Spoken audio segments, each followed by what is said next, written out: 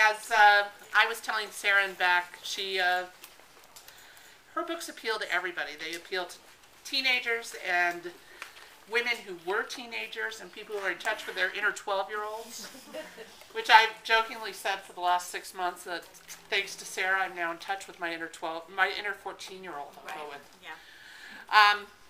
Sarah's a phenomenon in the teen market, and we are so happy to have her here today, and we're so happy all you guys came out. Let's welcome her here to GGP.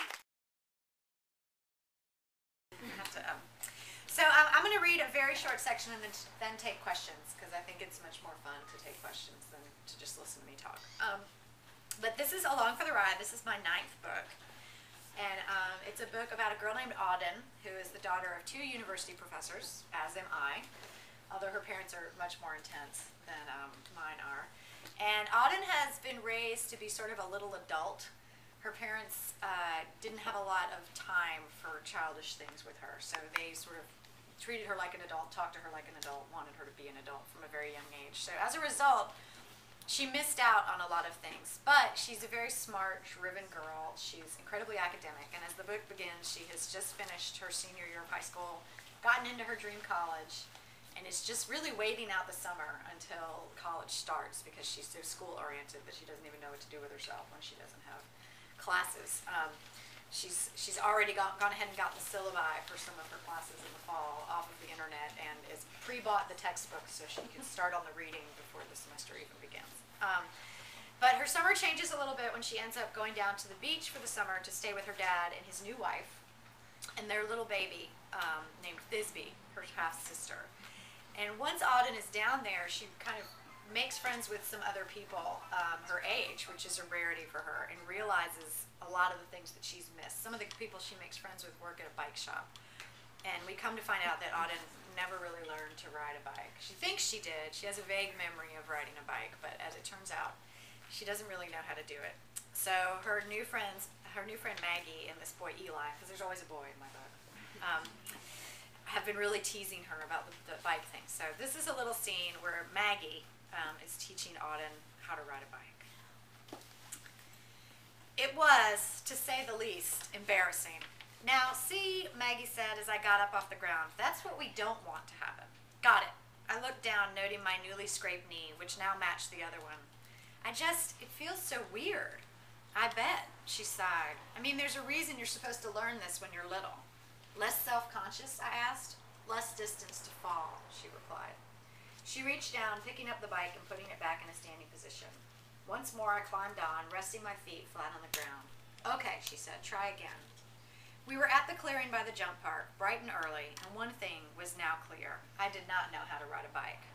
If I had, it would have come back to me, along with the confidence that I did know what to do once I was up on the pedals and rolling forward. Instead, each time I got moving, even at a snail's pace, I panicked, wobbled, and fell. I managed to go about 40 yards once, but only because Maggie was holding on to the back of the seat. As soon as she let go, I veered off into some bushes and wiped out once more. Of course I wanted to quit. I had since the first wreck, which had been over an hour earlier. It was completely humiliating to have to keep picking myself up off the ground and wiping sand and gravel off my knees. Well, I would love to take some questions if anybody has one. Yes? Isn't this the 3rd book you've used Adam, the name Adam in? The 3rd book that I've used the name Adam. Is it? I think you use Adam as a fiance in one of the other books. No, not fiance, a boyfriend in this lullaby. Maybe in this lullaby. And then he dumps her. Wait, that was the guy at the very beginning of the book. Yeah, and then they throw the soda on him. And throws the soda. I don't think. Oh wait, that's a different Adam. Yes, it's not the same Adam. Yeah, that's a different Adam. Good point. See, this is what I mean. Like my readers know my books better than I do. I'm looking like a moron. Like I'm like, who? What? I can't even remember the name of that guy. Yeah, I probably have. Adam was Chloe's. Not Chloe. See, I can't even remember anybody's name. This is what happened to me since I had a baby. I can't remember anything anymore. Lissa's boyfriend was named Adam, but it's not the same Adam. He was not a good person. Yeah, well, good. Thank you for.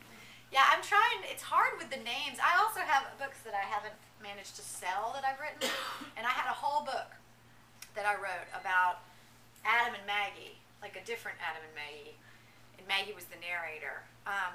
But I sort of loved him as a character, so I was trying to figure out a way that I could work him into another book, so I brought him into this one.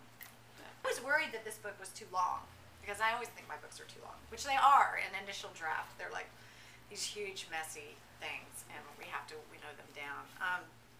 But what's been nice is that people have been reading it really fast, so that makes me think, like, maybe it's not maybe it's not too long. I think it's a funny thing that I can spend, 7 months writing a book and then another year or so editing it and getting it ready to come out, and then it comes out, and the same day it comes out, I hear from people that have already bought it and finished it, and they're like, "What about the next one?" And I just think, yes.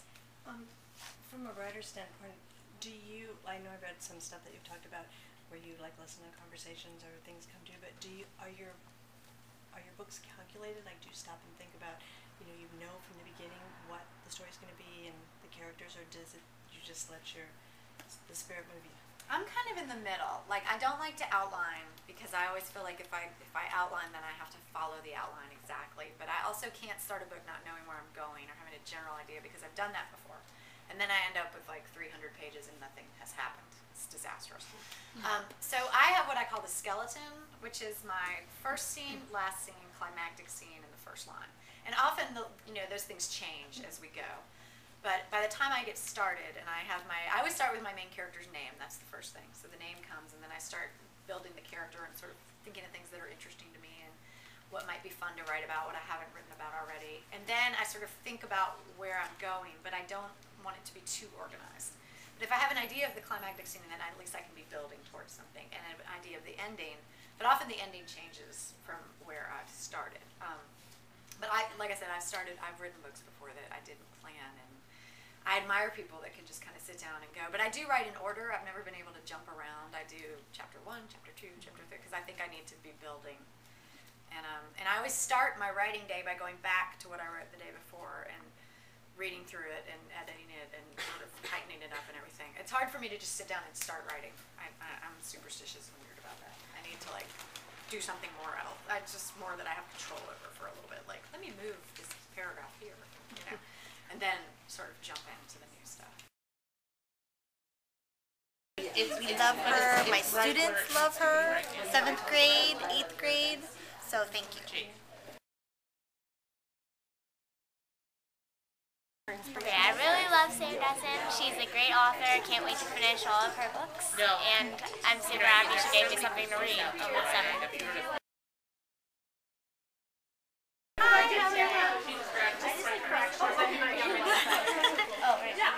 How do you pronounce your name?